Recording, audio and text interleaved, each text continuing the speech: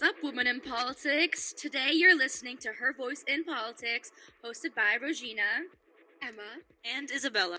and we are your awesome comms team. And don't forget our prez, Aniela. Hey guys! My name's Aniela, and let's not also forget our VP of Communications, Faustina, who's behind producing this amazing podcast. Let's talk a bit about what WHIP is. The main goal of WHIP is to create a safe space and accepting community of politically engaged women and allies while providing them with the necessary skills, tools, and connections to succeed in these roles. We hope to promote intersectionality within the political domain and to promote the importance of women in politics positions. Our overarching goal is to inspire women to be involved in politics and make sure allies are open to this.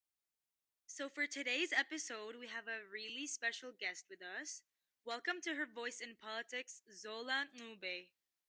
Born in Zimbabwe and raised in Canada, she has recently defended her master's in health science at Western. Zola has worked in research and solutions development for women's reproductive global health, access to education, and overall social justice. She practices both academic and entrepreneurial excellence within the Canadian Western community and also in sub-Saharan Africa. Hello, thank you so much for having me. I'm so excited to chat with you all today. So, how are you doing, Zola? I am feeling excited. I'm feeling grateful to have this conversation. We are so glad to hear that, and we're so grateful you're here. So before we start, we should probably acknowledge that it's February. It's Black History Month. The national theme for this year is Black Excellence, a heritage to celebrate, a future to build. So Zola, you've just finished defending your master's in health sciences at Western, right?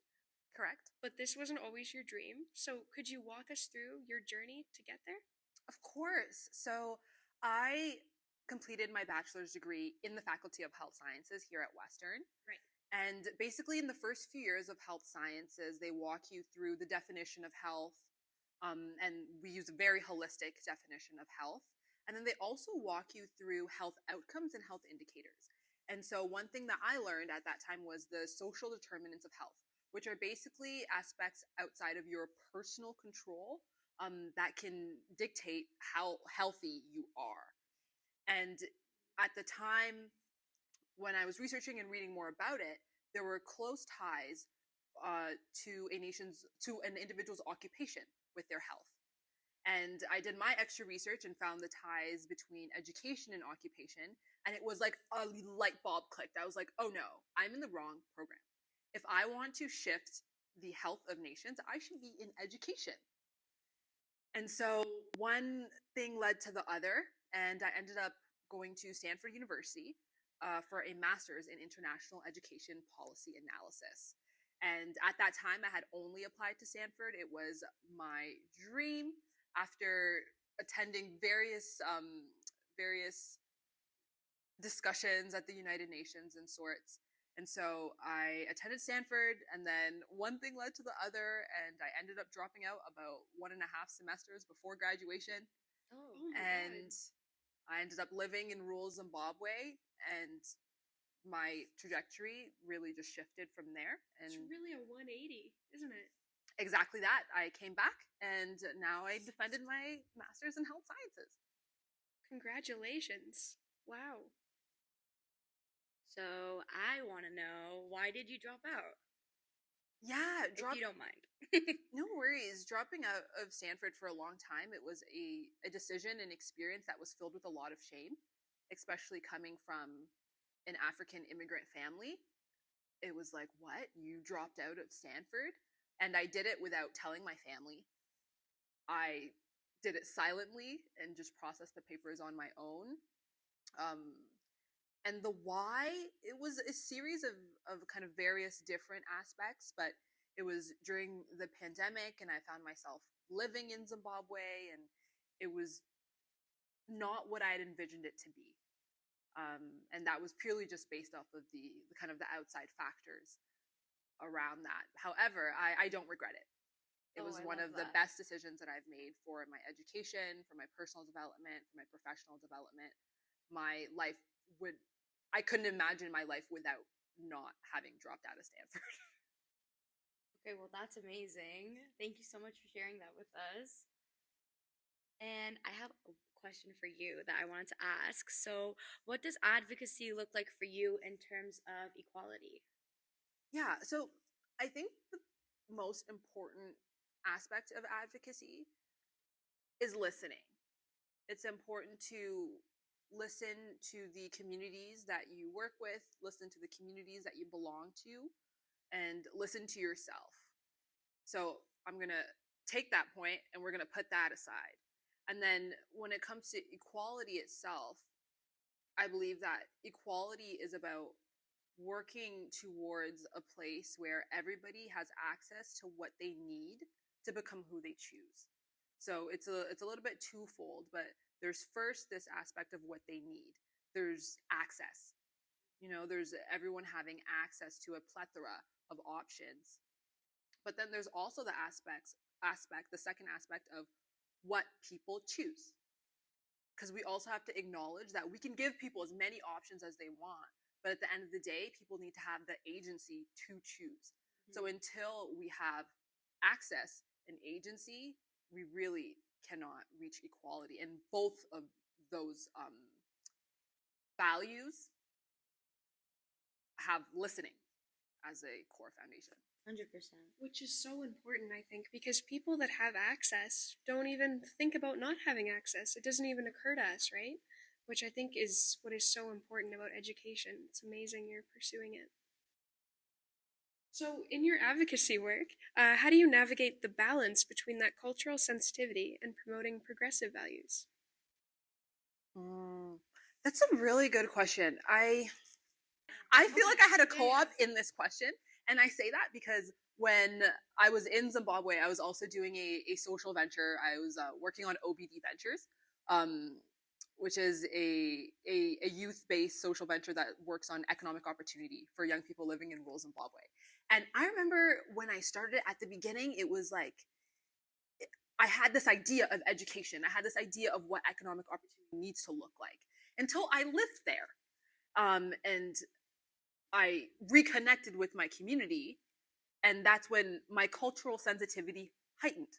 I was like, okay, there are so many aspects of my culture that I had perceived as being backwards and non-progressive until I immersed myself in it and I started to learn the why behind it. And I realized that, wait a minute, this is actually very progressive. In fact, I would argue that it's extremely progressive. And so just to answer your question about how I navigate the balance between cultural sensitivity and promoting progressive values is that I navigate it with the lens of understanding. I try to listen and understand where specific cultural views come from.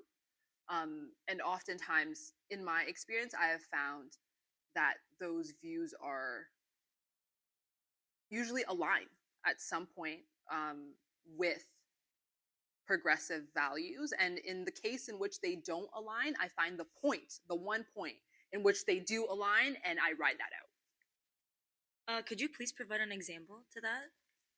Yeah, so in my time in Zimbabwe, I was in Zimbabwe for about 2 years. I started working with this artist, Hwabarati, who works on indigenous African knowledge systems through music and dance theater. And so together we started chatting and I started learning a little bit about this. I don't know. Let me know if I'm getting too deep into this, but there is it's technically a shrine right outside of Zimbabwe called Njelele. And so in culturally, historically, this shrine was used to ask for rain. So the specific people who would be chosen to ask for rain would be women, and it'd specifically be older women.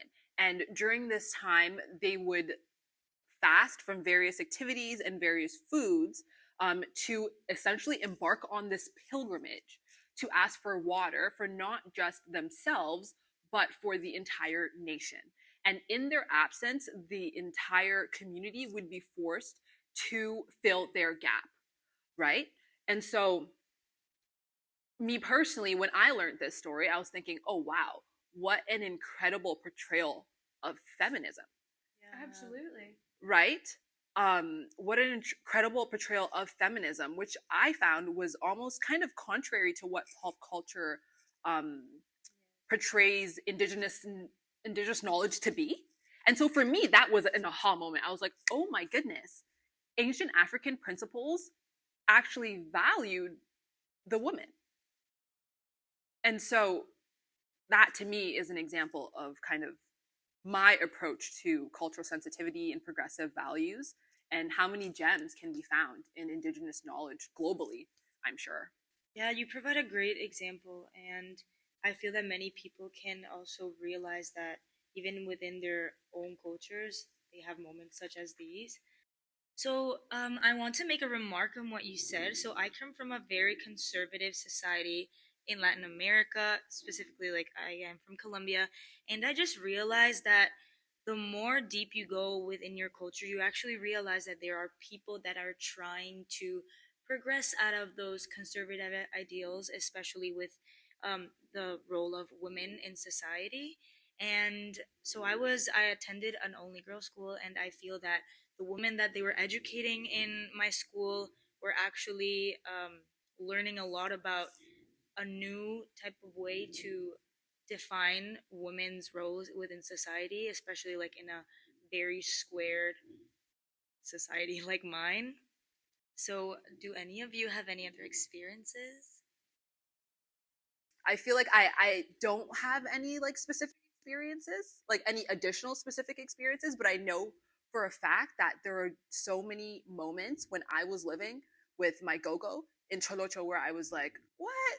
This is some real innovative stuff. Like, you know? I was like, what did you say? Like, let me write that down. Like, I have journals and journals and journals of just our conversations and different things that she was teaching me that were so progressive. I was like, what?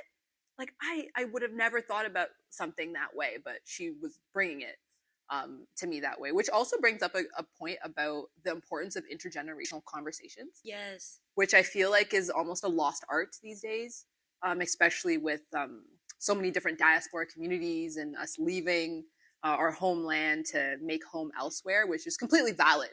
But definitely more intergenerational conversations might help us dig deeper, you know, and learn from our elders. Cultures are so rich. We just need to really delve in the depths of them and get to know more beyond full conceptions of what one culture or what the other culture means.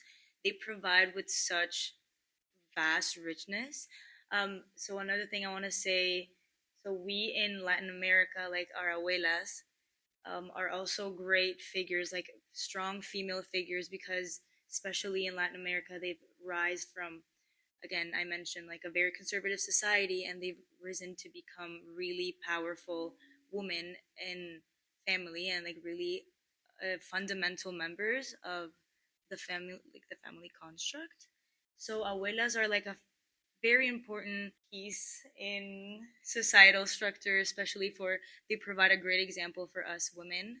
I love my abuela. If you're listening to this, I love you. How do you find keeping the communication between you and your abuela as you're like abroad? So I call her on the phone a lot, but she doesn't really know how to use WhatsApp, which is like the platform that I use. I call her trying to like we have like a 5 minute conversation because she always gets lost with all the gadgets and like buttons that she has to press, and like sometimes she would just mute herself in mid conversation. But I try to like make her feel that she is still present in my life, and I want to always make her feel special, that my achievements are also her achievements and that she has taught me so much.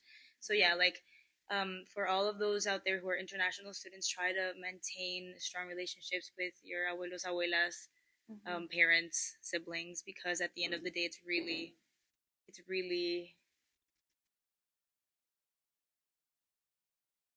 really enriching. Yeah, and I think just to kind of cap that off, I think you bring up a good point in that we almost,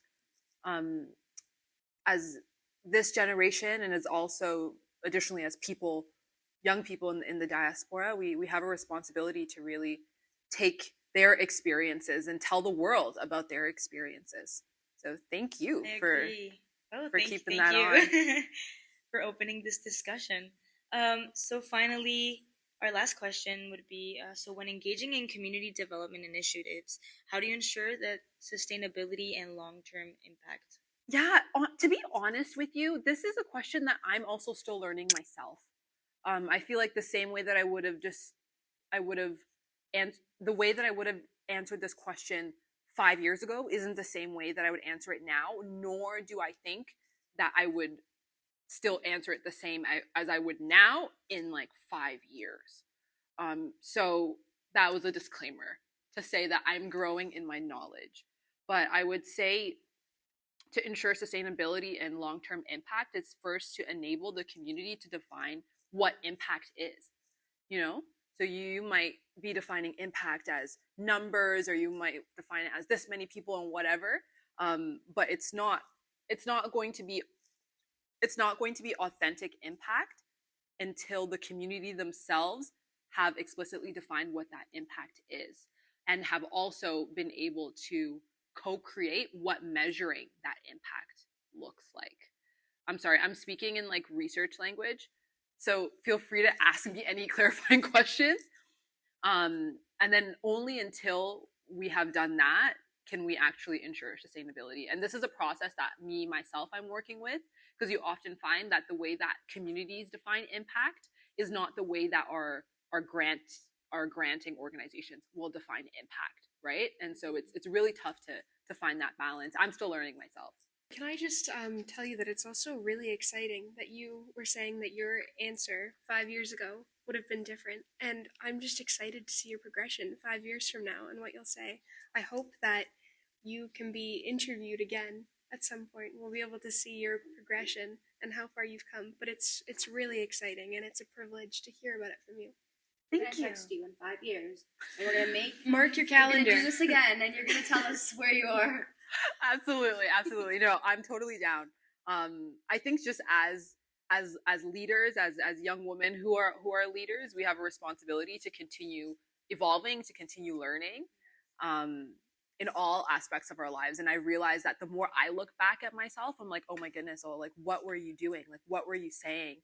And so I can only imagine how I'll look back at this version of me. Like, I remember in 2018, I was Canada's ambassador, Canada's girl ambassador to the United Nations. Wow. And wild, right? Who would have thought? Not me. And she just says it so casually. And it was really wild. It was for International Day of the Girl. And so I was in New York, and I was being interviewed by like the Deputy Minister of Women of Canada at the time. And she was like, so Zola, I was probably like 19 at the time, or maybe 20. And she was like, so Zola, you've done all this stuff. I really hadn't done much. I don't know, compared to now. But she's like, you've done all this stuff, Zola. Like, where do you see yourself going? Like, what do you want to do? And I was like, I want to be the executive director of United Nations Women. What? But if you ask me that now, I'm like, no. No, why? I really adore social entrepreneurship. You know, I love being able to build things and create things and disrupt things. And though I respect the importance of the standing structures that exist right now, I know that I'm a butterfly, and they are definitely a part of my story. I think I will find myself in those spaces at some point, but ultimately social entrepreneurship is where I fly best, if I can put it that way. You found what you love. Yeah, it found me, but I still love structures. Like, I'm an academic. I work for Western right now. Like, I'm very much respectful, and I love the structures, but I'm also a butterfly, and so I thrive in social entrepreneurship. What would you recommend, or what advice would you give to those women who are also butterflies? I would say, so cheesy, to fly. Open your wings, spread your wings. But I would say to recognize, like, literally sit down and recognize the spaces, the professional spaces within your life where you can fly. Because it's not, for instance, if you're in your undergrad, you can't fly. If the deadline is the deadline, you know, you can't fly in that. And that's okay, right? Like, I haven't been flying for a while. Like, The deadlines, the deadlines. Right? It gets it, which is fair, right? You can't fly in that specific space, right? But maybe you might have a club or an organization, for instance, that will allow you to spread your wings a little bit, right? So it's not necessarily about flying and everything, but it's about recognizing the spaces that are at your disposal that enable you to fly.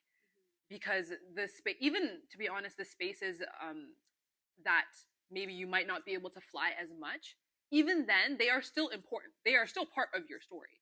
You know, yes, I am a social entrepreneur. I'm a dancer. I'm an artist, but I'm also very much a published academic. And I thrive in that space just as much as I do in the social entrepreneurship space. So I would say find those spaces where you can fly, but also find the spaces that give you boundaries and teach you systems, because those are important.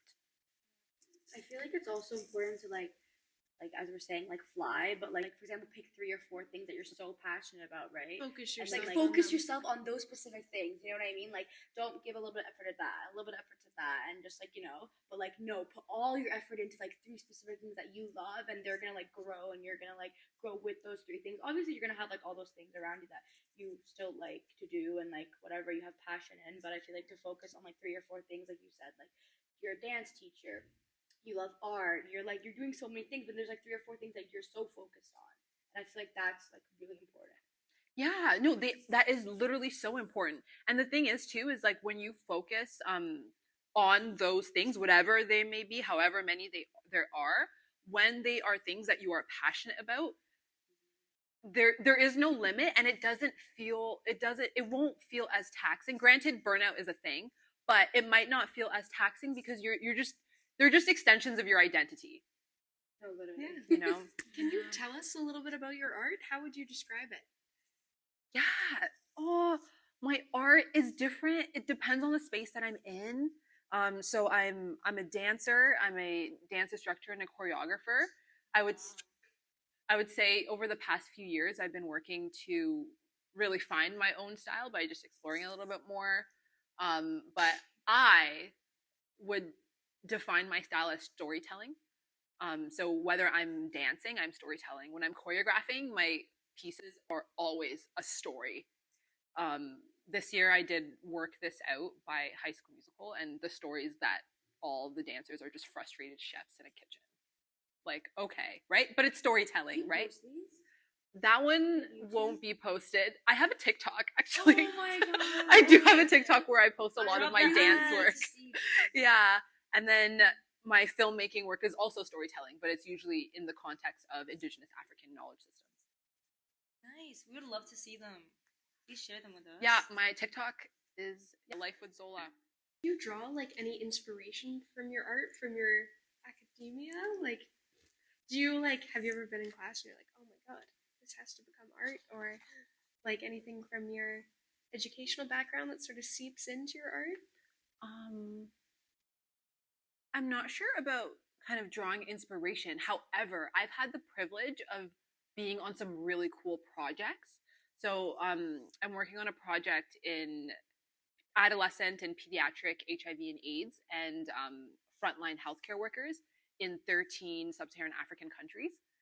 And we were able to, we did this very, very large qualitative participatory study, and we were able to turn our results into a visual book, essentially. That's like a whole book with illustrations and captions. So cool, right? That's awesome. So that participants, it's published online on the organizational website, but it was mostly so that participants were able to see their results in visual form. And then I'm also working on a really, really cool project about nature-based healing, and we're looking at art methodology. And so it's the wonderful cross between art and academic Zola. I love it. That's incredible. You fly, girl. So Zola, thank you so much for coming out today and sharing your experience and your beautiful journey with us. I feel like I can speak on behalf of all of us that we've learned so much from you, and I could say that I'm just so proud of you. Like everything you said, like I just want to say, like I'm so proud of you. Like the everything you've said is just like an inspiration, and like I honestly could say like you are one of the women that like we look up to. Like honestly, even though we just met you, I mean for me, like I just met you, but I'm like, oh, We're like ready she to did fly. that, so we can do that too. Like if you're here right now, and like for example, you were at Stanford, you like you left, you know, like that's scary, but like the fact that you did that and look where you are now is just like, oh wow. What a courageous woman you are, actually. Like, you are super inspiring to all of us. Thank you. Thank you so much for being here. Hey guys, I'm back. It's Daniela again. I just want to say once again, thank you so much, Zola, for coming out. We appreciate it so much. You're helping us further our mission of inspiring women in politics. For all of our listeners, make sure to check her out on Instagram at @whoiszola and on TikTok, Life with Zola. Amazing, amazing content. And again, I want to say thank you to all of you for coming out and listening to our very first episode. You're also helping us inspire and promote the participation of women in politics. Make sure you check out our Instagram and our TikTok, Western Women in Politics, and come join our events on campus. See you next time. Yay! Cut!